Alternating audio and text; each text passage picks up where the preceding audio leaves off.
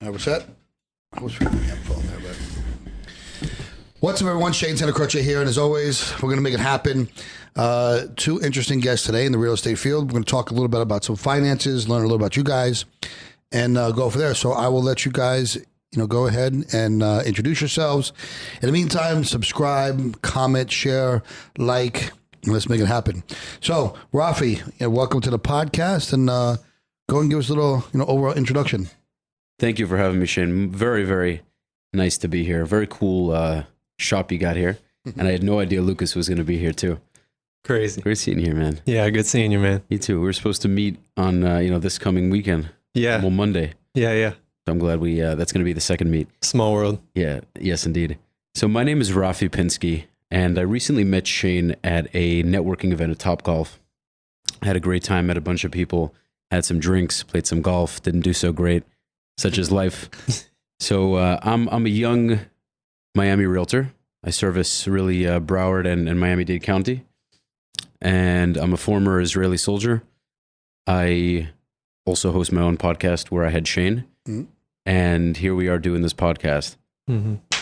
Good. And what's interesting is you guys were both at the Topgolf event. Did you guys get to meet at the event or just afterwards? No, I don't even think I saw him. That's what I was telling him. There were so many people. There was just, no matter what I tried, I think I maybe spoke with or saw like a quarter of the people there. Yeah, honestly. we end up having 248 people. You know what's interesting about these events, by the way? I'm not going to put anybody out there or call her out, but when I first started talking about, hey, I'm going to do events like I used to, everyone's like, oh, the market's not the same. People don't do that anymore. It's not going to work. There's no way you can do an event every month. You'll be lucky to get 10 people. I'm like, all right, well, it was nice talking to you, and I hope your events continue to do well this year. So the first event we did, we had 68 people show up. The second one, due to weather, we had about 50 to 60 show up as well. And then my third event, we had 248 register, which was also actually sponsored. Luke was one of the sponsors. Lucas from Lucas Lending, which I'll let you introduce yourself, obviously, but we had only 35 no-shows. So we had over 200 people show up to this event. And, people are still talking about it. I'm getting calls and messages every day about, when's the next one, right? Mm-hmm. So, it's interesting with these events, and when I invite people out, what comes out of it, the connections, the resources, the opportunities. We had some people that got, found the new assistant, Kyla from Amethyst Mortgage, so there's just a lot of opportunities. So if you're interested in networking, if you're interested in getting into this business and don't know how to do it, these networking events truly give you that opportunity. I don't have salesmen running around trying to convince you to send me in the business. That's not what it's about. It's about having fun, enjoying yourself, creating some resources and, true networking, right? So if you're interested, send me a message, comment below, and let's make it happen. But go ahead, Lucas, a little introduction on you. Yeah, no, it was a great event. I met you at the first one, and that's how this kind of transpired. But a little bit about me. Born and raised in South Florida, Brazilian family. I'm a mortgage broker. I've been doing it I got licensed 7 years ago. I took 2 years out of the industry from 2018 to 2020, but I've been doing it about 5 years full time. I was a videographer in a past life. So we were just like talking about the video stuff before you guys got here. And I actually spoke with Rafi just yesterday. I've enjoyed, talking with you, getting to know you. So thank you for having me. Yeah, absolutely. It's just cool. It's always cool to connect with you. I love the vibe, you're always pushing forward. And I don't know, I appreciate that, kind of having people like that I get to connect with. It's a cool thing to have those kind of people around you. Yeah, you know what? It's interesting you say we're talking about having people around you. One of the lessons that I teach within my mentorship program is exactly that, is understanding the people around you are going to influence your direction in life. They're going to influence almost everything you do. And the big thing that I want people to learn from that is opportunity. And what do I mean by that? If you want to be a realtor and you're a mortgage broker and you're hanging around someone that's in the bottom 20% of the industry, you're going to be in the bottom 20% of the industry. But more importantly, you're only going to receive opportunities from the bottom 20% of the industry, right? The majority of people I invite to these events are all ranked in the top 500 realtors in the state of Florida. So if you're coming to get in the industry, those are the people you should be hanging out with, right? People who know what they're doing, who have experience. I actually watched one of your podcasts. I don't remember the gentleman's name, but he was talking about doing 29 deals his first year, and but he booked 48 and only closed 29. I don't remember the guy's name. Nick. Nick, good podcast, by the way. Good interview too, by the way. I actually know Nick. It was. Do you know Nick? Nick Sproul? I actually know Nick. We met up. I think you said that. Yeah, and he told me to get involved into the Hollywood Chamber of Commerce because he's on the board. Because I'm in Hollywood. That's where I live. Yeah. That's where my office is. So I actually had we had coffee. Great guy. So yeah, I saw that. It's just so interesting. Like what you're saying, like the people that you're around and how like you're like just 1 degree of separation away from like more people than you think. You know what I mean? If you're in the right circles, opportunity, right? Because you never know who's going to offer that opportunity, right? Yeah. And I just, if you're going to get into this industry, there's a few things that you need: communication, work ethic, and relationships. That's how you thrive in this industry, especially here in South Florida, because the business is moving so fast. You don't have time to waste, and you don't have time for things to fall through. And when you look at a real estate transaction, you have a lender, you have a realtor on both sides, and you have a title company. If any one of them screws up, all parties are in a bad position, right? So once you have your people, you're not necessarily comfortable moving unless there's a reason to do so. So position yourself and attend these events, and not just mine. I mean, I know there are some events out there, nowhere near as good as mine, but there are some events out there, right, that you can attend and get involved. But just make sure you're getting into the circles that are able to provide opportunities that are going to make sense for you, and that really should provide growth and the direction that you want to be in. Look for the same mindset, things like that, because I think it makes a big difference. So what are your thoughts? I completely agree. I love what you said about positioning yourself in front of the right people. You can start out and be, a year or two into the business, and if you continue to hang around with the same group and you don't expand your horizons, you're only going to be limited to however good or however far they've been able to go. Absolutely. Right? So in terms of the podcast, for instance, this is something that leverages your relationships tremendously. If you can get in touch with people like yourself, with people like Lucas, whereas if you didn't have that point of contact, that wouldn't have happened. Absolutely. So it's so important to be able to get in front of those people as early as possible. And that also takes it takes a level of balls, because as easy as it might be for people like us, for a lot of other people, getting into the sales game in general is a huge challenge. Mm-hmm. You got to make the calls.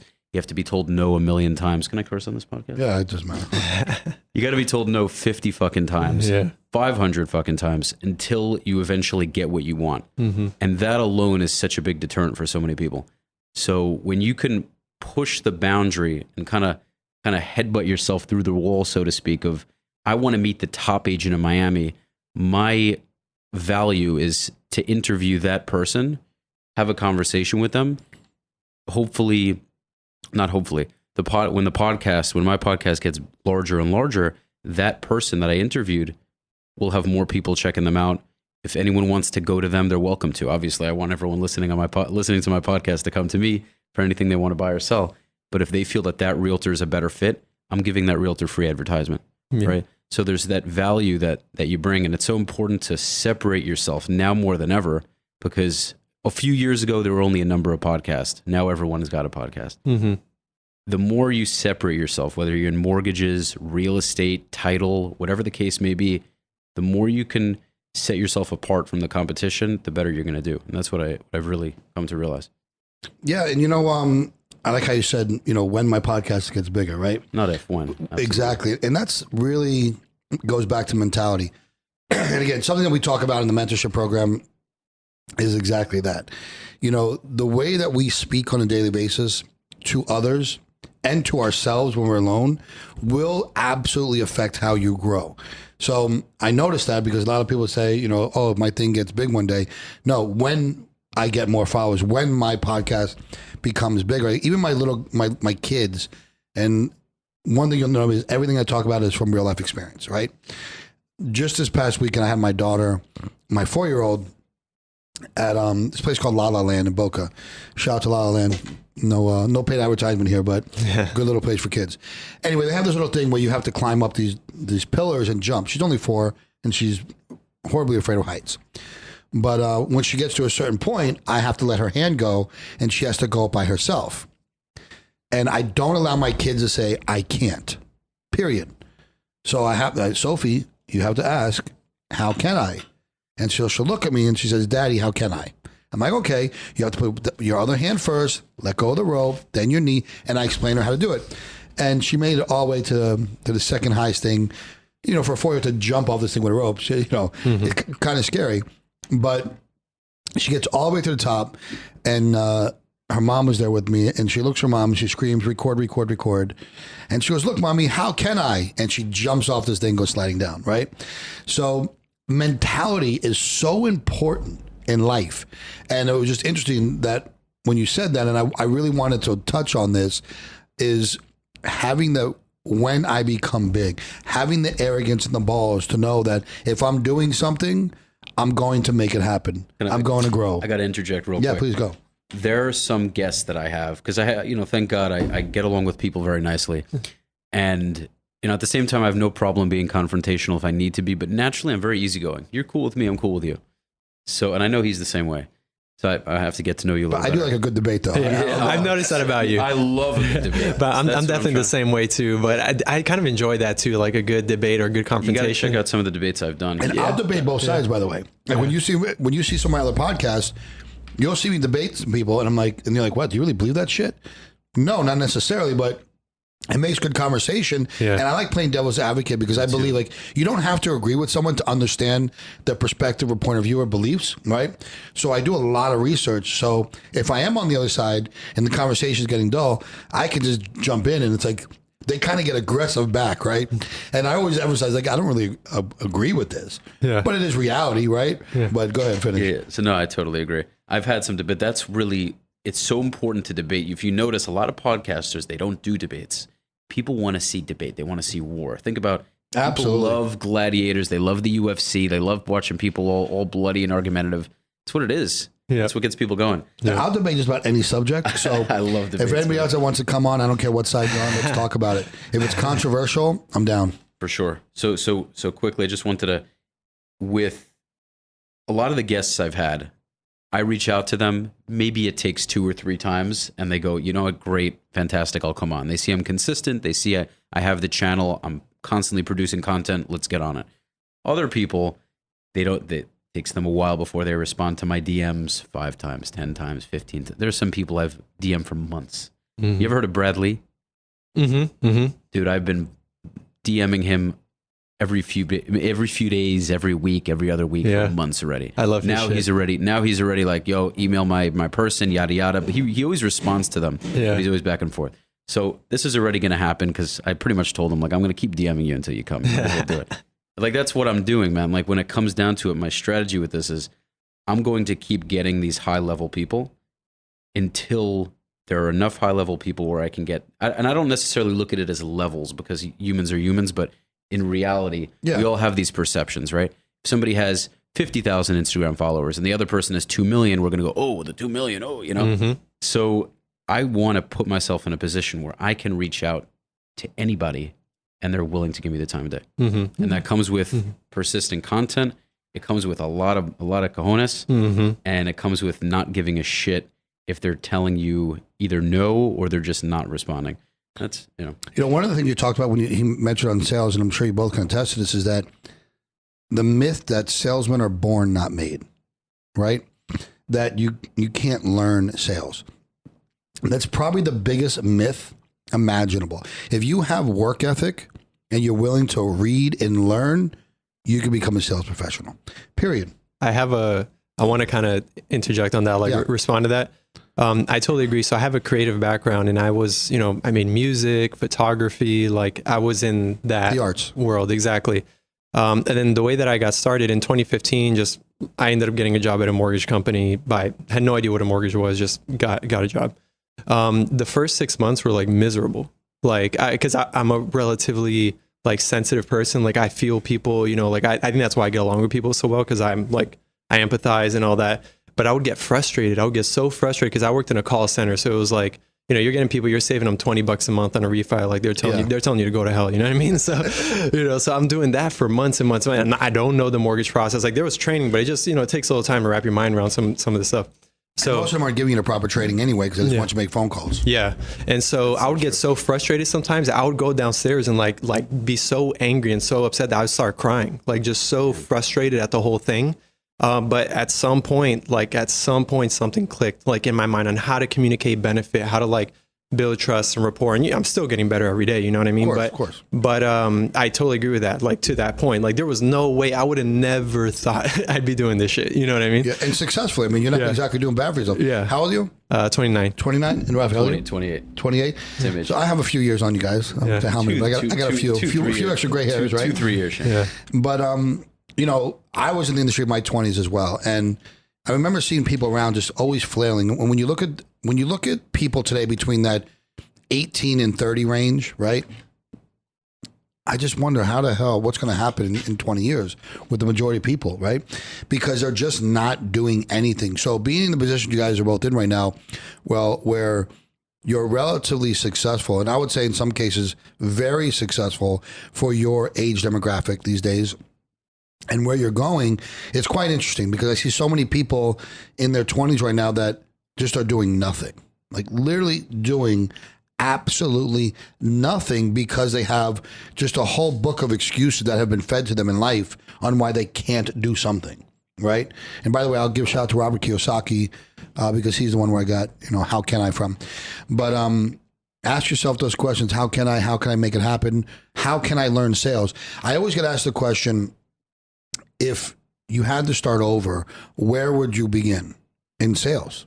Like no matter what, if you want to be successful, whether it's real estate or water bottles or freaking office furniture, like any industry that gives you a salary, except the fact you're going to be broke for the rest of your life.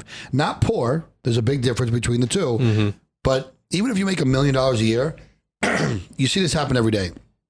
People buy the house they can afford. They buy the cars they can afford. They take the trips they can afford, but you're always capped. Mm-hmm. In sales, if you decide you want to go on an extra vacation this month and bring an extra 10,000, I need to make this many more phone calls, bring in this many more applications, and close this many more deals, and I got the extra money I want. You set your limits, you set your expectations, and you set your income revenue, period, on where you want it to be. So if you're out there and you're watching, and you're looking to get into real estate, or you hear, oh, real estate's so good. First of all, it's not an easy industry to get into. Mm-hmm. We'll start there. We'll talk about that.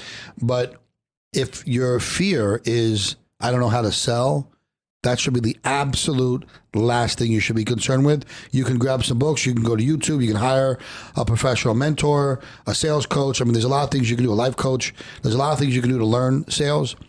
Don't let that be a defining factor whether or not you move forward. Anybody, if you're out there and you have a fear of sales because you think you can't do it, shoot me a message. We'll make it happen.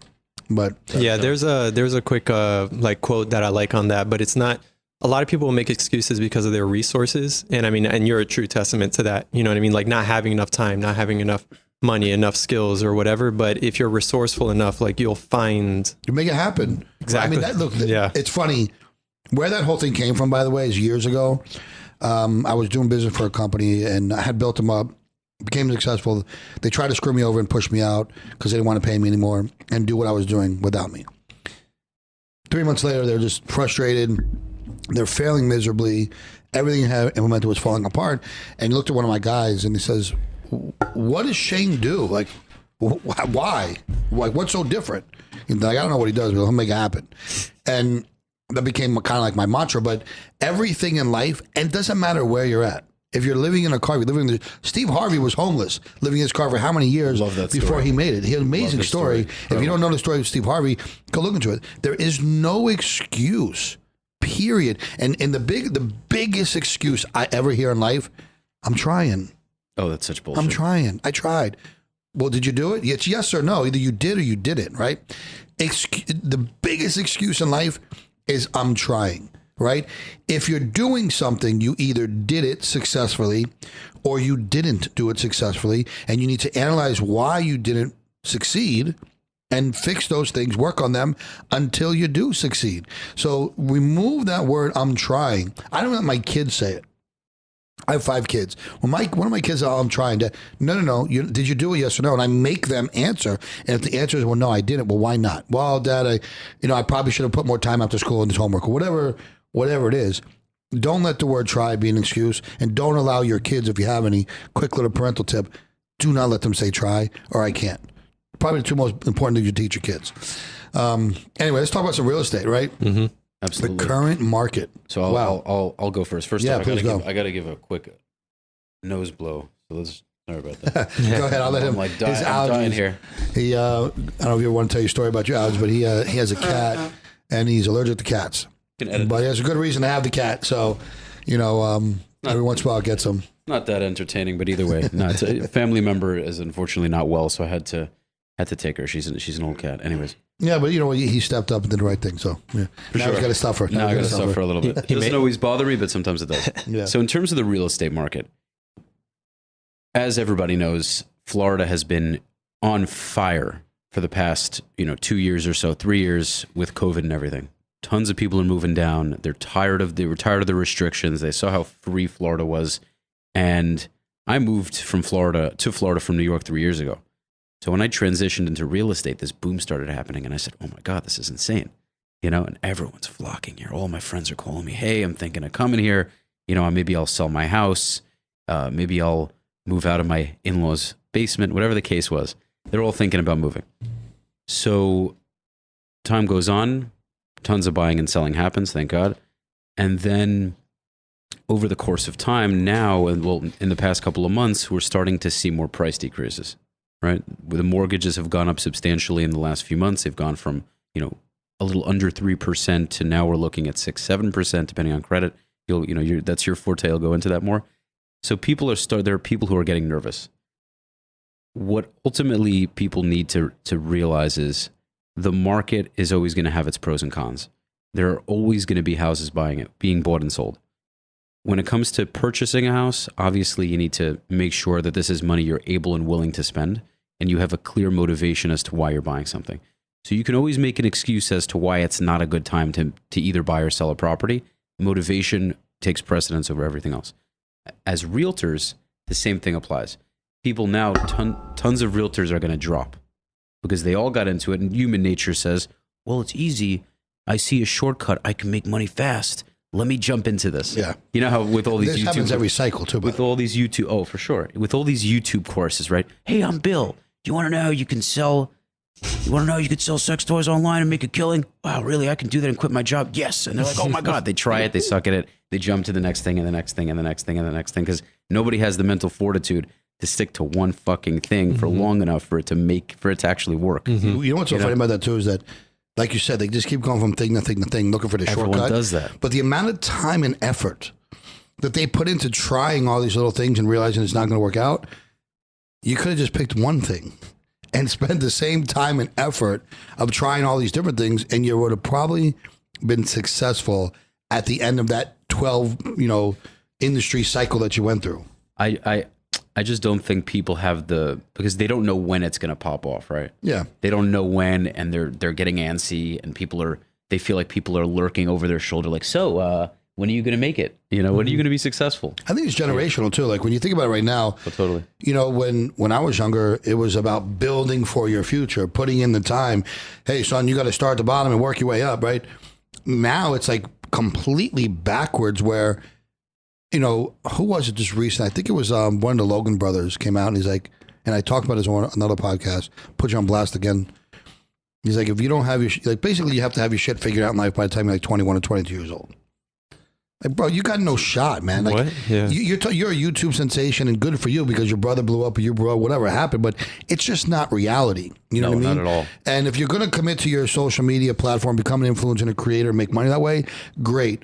But understand, it could take years for that to pop off. Years. And maybe you're one of the lucky ones at the top 0.025% that blows up overnight and makes millions of dollars, but it's just not reality. You know what I mean? Like, not at all. You have to put in the time and understand that every single thing you do that's worth it is going to take time, effort, and there's a process that comes with it that will make you successful that you have to enjoy. Enjoy that process. And if you do, allow the reward to work its way up to meet you at some point, but you have to enjoy that process, enjoy what you're doing, and allow it to catch up and make the money. Without a doubt. I couldn't agree more. So they're sending the wrong message. They were able, and they put in the work. They did something very out of the box. They made these crazy YouTube videos. I give them credit. Yeah. I'm not one of those people that say, the polls are a joke. I mean, I give them a lot of credit. They killed. They're making money. They're doing their thing, and that's good for them. But that's just not reality for everyone. Oh no. So my caveat was, I give them credit, but on the other hand, what they did is such a rarity, and the likelihood of your average person succeeding at nearly that level at 21 is unheard of. Mm-hmm. So they're sending young kids, guys in their teens and early 20s are children. I'm 28. I'm still a very young guy. At that age, they have such a little life experience. If you're telling them as a very successful, Jake Paul's 25? If he's telling them with this conviction, that's exactly what, with this conviction that if you don't make it at 21, you're a nobody, they're going to believe him. And if they are 21 and haven't gotten anywhere near him, they're just going to quit. So absolutely, man, he's totally sending the wrong message. And I think it was actually Logan Paul, not Jake, that said it. I'd have to look it up to see, but it is you're 100% right. And they get to this point where they feel they have this time clock on them, and they reach 25, 30 years old, and they have nothing going on. And oh man, now what? I lost everything at 28, everything overnight, and I had to start all over again. I've had to start over 2-3 times in life. Those things are going to happen, right? And if you're not starting over, you're reinventing yourself into new industries, into new, whatever. But even if you look at I think Jake Paul, I think he started when he was an early teen, right? 13 or 15 years old, something like that. Maybe, I don't even know. And now he's at at this height of his career where he's making ridiculous money and is a well-known name, and he has a fantastic brand behind him, and he's killing it. Mad props to Jake Paul, but ultimately, you started this 10 years ago. So for those that didn't start when they're 14, 15 years old, if you start when you're 20, expect success in 10 years. Mm-hmm. You know what I mean? That's reality. And again, you might be one of those lucky ones that pops off and, hey, it happens. But it's not the norm, and it should not be. It should be your hope, not your expectation. 100%. And here's the reality, too. Whatever venture you're going into, there's a chance you might not succeed at it. People think, oh, well, if I do it long enough, it's like, nah, you might just not be great at it.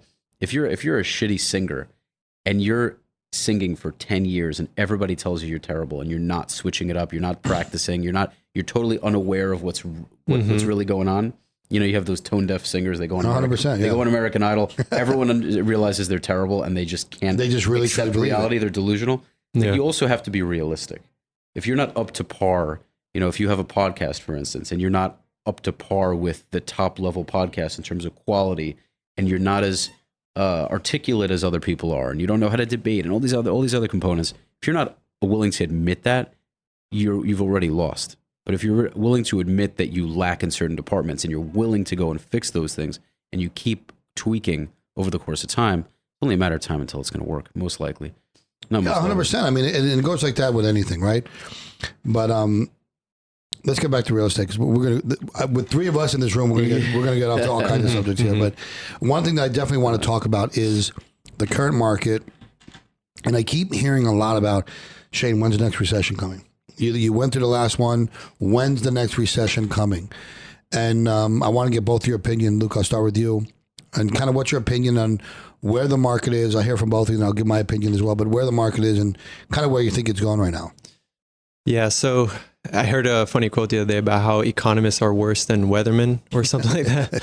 So there's definitely a lot of different opinions. Definitely comparable, that's for sure. Yeah, I just attended this panel for our company last week, and there was an economist there talking about it. And a lot of people say we're in a recession now. I mean, by standards, we really are. The GDP's been down the past 2 quarters, right? So.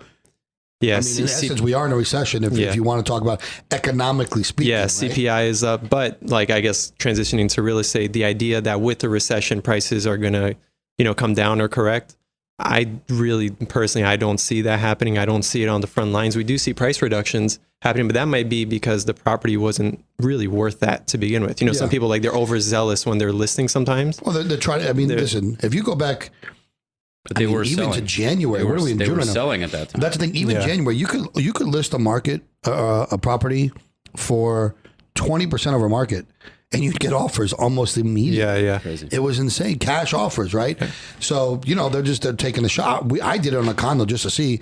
We bought a condo in January for $170,000. I go list it for $300 just to see. This was last month. Yeah. And we got like 11 offers for between 3 and 330 within the matter of 24 hours. Probably worth 230 to 250 right now, but just like that. And I'm like, crazy. we should probably sell this, right? Yeah. Even the true story, the property that I left in November of 2020, I got it. It was worth about 960. We left around, sold around just under 1.5.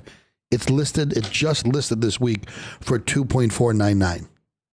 Wow. Insane. Yeah, it's insane. Insane what's happening. But yeah, you're right. A lot of those price reductions were. So going back to the buyer demand thing, with rates going up, it is affecting affordability. It is weeding out a good amount of people out of the market. So where we were seeing 20, 30 offers per property, let's say, depending on, the situation, now you are seeing a lot less, like 3, 5, 7. And so then I think what that does is it results in the price reductions. It's not because now the market's correcting. It's just that the appreciation is slowing down. Correct. And that's the response that I give to people. Now I get it. People get concerned, their dollar is worth less, rates are higher, their salaries aren't necessarily catching up. So affordability is the real issue. But with the people moving from out of state, the people that do have the means to absorb these changes and still, these big cash investors. And another thing to take into consideration is buying power. Right. I think that's a big issue right now in the market is with these. Rates have gone up 5% since March or February, right? Well, yes. I think not 5%. Since January. Yeah. They were we're sitting at between 6 and 7% right now. Aren't we? Yeah. So they've gone up 3 to 4%. 3 to 4%, right? So, your buying power changes drastically. So the home that you could have purchased for $500,000 in January is probably now 350, right? With that type of adjustment. Yeah. I haven't been in mortgage business for a little while, but I think that's about right. Yeah. Correct me if I'm wrong. Don't hesitate. No. But it's right though. Yeah. It's changed a lot. Hundreds of dollars per month on a payment, hundreds. Yeah. And someone who's making 6 figures a year, hundreds of dollars is no big deal. A family of 4 with 2, working parents that are making $50,000 to $70,000 a year each, it is a big deal because they're looking at, daycares and in school and a friggin' $8 gallon of milk right now and gas prices. There's so many things to take into consideration that are altering. But what's interesting about Florida particularly is the fact that there's so much money being dumped into Florida. It's insane. All these there's never been such everybody says, why don't you go back into commercial real estate? There's such a big push for just single family homes right now. It's unbelievable. So the average homeowner, I was just looking recently just to kind of help some people that were wanting to move in town. So the average homeowner or renter, if you're not in the upper middle class, you cannot afford to live in South Florida. Period. You just can't. A regular 2-bedroom apartment in Miami right now, it's like $4,500 a month. It's worse than New York. You know what I mean? It's insane. So if you're going to buy, stop waiting. There's always, like I said, there's always going to be an excuse. If you have money to sit on properties and you can wait this game out, go for it. But I don't think that we're not going to have a major crisis in Florida, at least, like we did back in the 08 era, just because the people buying these homes have the money to buy the homes. And that's, we don't have liar loans anymore either. You guys weren't really around for that. So a liar loan, it was stated income, stated asset. So you don't actually have to prove anything. You can just walk in and say, I make $300,000 a year. I've got $500,000 in the bank, and I want to buy this house for $1 million. Okay. That was it. No paperwork, no doc loans. So you guys look at me like I'm crazy. These things don't happen anymore. So I'll give you an example. Let's say a guy comes in with a 500 credit score, right? But he has some money. He wants to buy $1 million home. He gets an 80-20, okay? So he gets 100% financing. He just states that he makes $1 million a year, and he has $2 million in assets. Doesn't have to prove it. Gets an adjustable rate mortgage on the first with an introductory rate of 2%, 1.5%, 2%. Like an option only arm, even exactly, option right? A 3 to 5 year arm, whatever. So his payment's only $2,000 a month. Great. Yeah. Well, that rate's going to adjust at some point. He's already not making enough money as it is. And now he goes into foreclosure. That's what was happening back then. So you could literally buy a home without proving any of your financial assets. Crazy. Mm-hmm. Yeah, I mean, like you look like dumbfounded right now, Nuts, right? yeah. It's a crazy concept. Yeah, So that's why that really caused the bubble as we know it now back then. So that is nowhere near what's happening. Don't beat up the mic, Shane. He's about to Yeah, I used to wear my little lapel mic, but I've heard those stories from like just people in the industry, like being in it. You always have like the guys that have been in the industry that long, so they always tell those stories. It's crazy. But yeah, compared to now, it's so much harder like to get a loan, and exactly what you said, like it's so much more stable now. So I don't know how you respond to those questions when people ask you like, is the market going to crash? Is it a good idea for me to buy this now? What do you say? Here's what I say, man. At the end of the day, like you mentioned how economists aren't any more intelligent than what? Meteorologists? Weatherman, meteorologists. So everyone has their speculations. I'm a realtor. I'm not an economist. I do my research. I hear what people say. I always have an eye out and an ear out for these things. But it seems like we're heading towards a dip. At the same time, again, business is going to happen. There's this guy Ricky Carruth. He's based in Alabama. He's a real estate coach, and I always follow his content. I had him on my podcast, and he said, as an agent, buying and selling will always happen. If you're going to make the excuse that there isn't enough business for you, understand this. Even if the sales drop by 7% in a given market, the amount of agents that are going to drop in this sort of market are going to be significantly higher in terms of how many people are going to drop out. Mm-hmm. So each agent is still going to have a lot more business so long as those agents are actively prospecting, right? Mm-hmm. So, and as for clients, as for buyers and sellers are concerned, again, they need to find a reason as to why they're doing what they're doing. If the seller goes, well, I just want to throw it at the wall and see what I get. It's like, well, you can do that, but you might not sell the property for a very long time. You might find yourself in a bunch. We're not where we were a few months ago where you can throw a price at the wall. Literally. Depends on the price. Depends on the house. There are some houses where you can still sell them pretty high above market, but it's starting to shift from what I see. Yeah, the luxury homes are obviously starting to equalize. Yeah, and it's a very interesting point that you're saying right now is that, look, when you look at average realtor right now, if you're closing 1 to 2 deals a month, you're relatively successful, right? Then you have your very successful real estates that might be doing 1 a week, 2 a week, and from there, you're really doing well for yourself, right? Anything above that. But the average guy that's just gone to this business because it's a good time to get in, they have not built the resources needed to maintain long term. They don't have the relationships. They don't have the referral sources. They don't have the things that are going to keep you here 5, 10, 15, 20 years from now. And they drop off. And they drop off rapidly. Because if you're only doing 1 deal a month and bringing in $3,000 to $5,000, well, if you miss that one deal, you're screwed, right? So a very large percentage of people start dropping out and I say the cycle, and when you look, every 20 years we go through the cycle, right? We had the pandemic in 2020. We had 9/11 in 2000. In the 80s, we had the stock markets, dot-com booms, all that kind of stuff, right? In the 60s, we had the civil rights movement. You know what I mean? You go back to the 40s with the wars. You have the Great Depression. You just look, and every 20 years, it goes up and down. But the highs are always higher than the previous, and the lows are always higher than the previous, right? So when you're getting into real estate, understand that the market is always going to end up, right? You just have to have the fortitude and the work ethic to understand that if it's easy, it's not going to last.